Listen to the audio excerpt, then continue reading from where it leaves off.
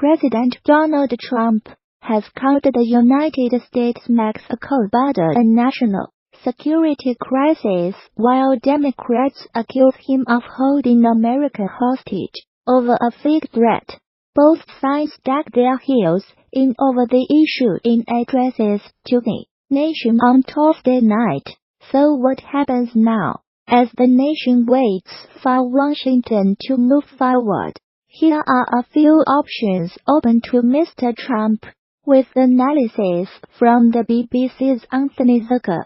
The president's address fell just shy of declaring a national emergency, but White House Press Secretary Sarah Sanders told reporters on Wednesday the move is certainly still on the table. If Mr. Trump does invoke his presidential powers, he could bypass Congress and obtain the means for his wall through military resources.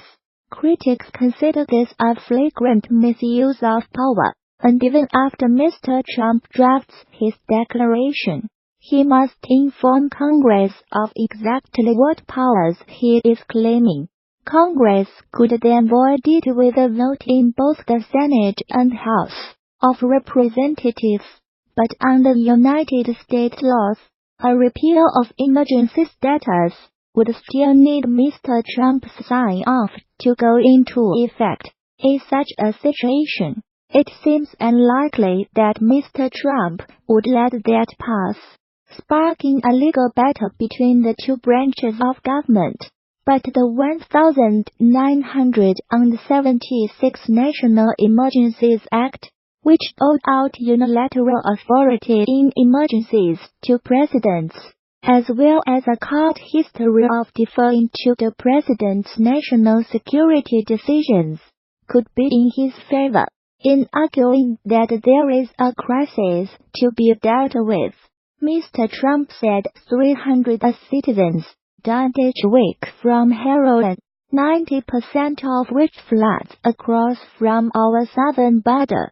It is true nearly all United States heroin comes from Mexico, but according to Mr. Trump's own Drug Enforcement Administration, only a small percentage of all heroin is seized between legal ports of entry and ahead of an election year. It is unlikely the president would get complete support for such a controversial measure from his own party, as Senator Marco Rubio told CNBC on Wednesday. We have to be careful about endorsing broad uses of executive power. Anthony Zucker. Donald Trump is running out of leverage in his negotiations with Democrats. The national emergency threat is just about the only card he has left to play, but Tuesday night, when he could make his case before the nation, was probably his best chance to play it. While taking such a step would allow the president to claim he is taking action while moving the battle toward the courts, even some conservatives fear it would set a bad precedent. Democrats may conclude he is bluffing, putting the president back at square one. Mr. Trump is meeting congressional leaders at the White House on Wednesday in another effort to resolve the shutdown. I really believe the Democrats and the Republicans are working together, Mr. Trump said ahead of the meeting. Otherwise, we will go about it in a different manner. Meanwhile, pressure has been mounting on Capitol Hill, as have resistance efforts. On Tuesday, Senate Democrats shut down a bipartisan Middle East policy bill in protest, and could continue to block legislation in protest of the government shutdown. We cannot be business as usual with the government shutdown.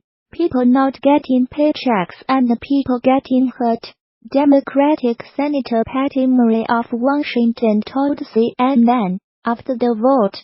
Senate Majority Leader Mitch McConnell on Wednesday accused the Democrats of thwarting the president out of spite and no partisan analogy to the subject of border security. At the same time, Democratic Representative Hakeem Jeffries, speaking to reporters after a closed-house Democratic caucus meeting, said, with each passing day, his party expects more Republican willingness to negotiate.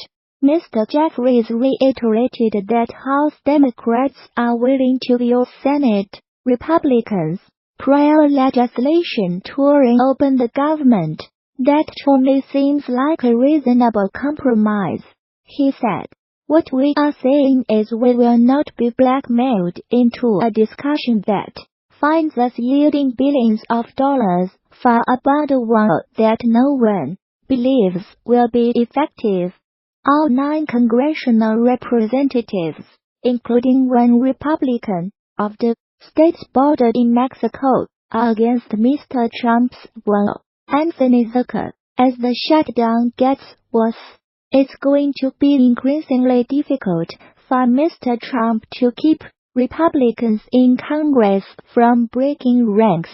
Already there are 3 Republican senators on record calling for the government to be reopened without additional war funding. When the House voted on the Democratic bill to reopen the government, 7 Republicans joined them. In future votes, that number is sure to grow. Members in both chambers are all going to be looking for an exit ramp in negotiations to get out of this mess. If Republicans cannot offer Democrats anything to address the situation for undocumented migrants already in the United States, the most likely outcome is no vaguely worded border security funding that does not explicitly give the president money for his much-promised wall. Some 800,000 federal workers are expected to miss their first paycheck this week if the president and lawmakers are unable to reach a compromise.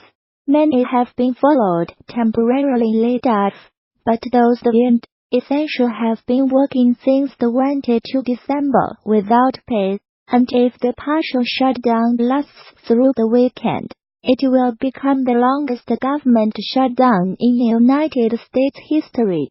Over the last 19 days, federal employees have shared their fears of affording rent, making credit card payments, and putting food on the table. Hundreds have turned to fundraising or side jobs to make ends meet. Airport security staff, who have been working without pay, have begun leaving their jobs or are seriously considering doing so over the shutdown. According to officials, thousands of contract workers who are not entitled to any back pay from Congress and small businesses working closely with federal agencies have also been suffering shutdown stories. I am a small factory owner with government orders that are on hold, while deadlines stay in place. Should I send my 30 workers home, pay them from credit line? How do I make adjustments on payroll and rent? Will thoughts and prayers help? End of Twitter post by that option of me. I live in affordable housing in DC, and it's still $1,700 per month. I have already dipped into my savings to pay January's rent. My co-workers that planned on retiring this month are now in limbo. We are at risk for financial ruin. Again, this is not a game. Shutdown stories. End of Twitter post by @JoePolitical. I have spent all money navigating payment arrangements with creditors. It will personally cost me $550 in late fees and accrued interest to not receive one paycheck this coming week, not to mention lifetime losses in retirement savings. Shutdown stories. End of Twitter post by @MSGIGIONTAP.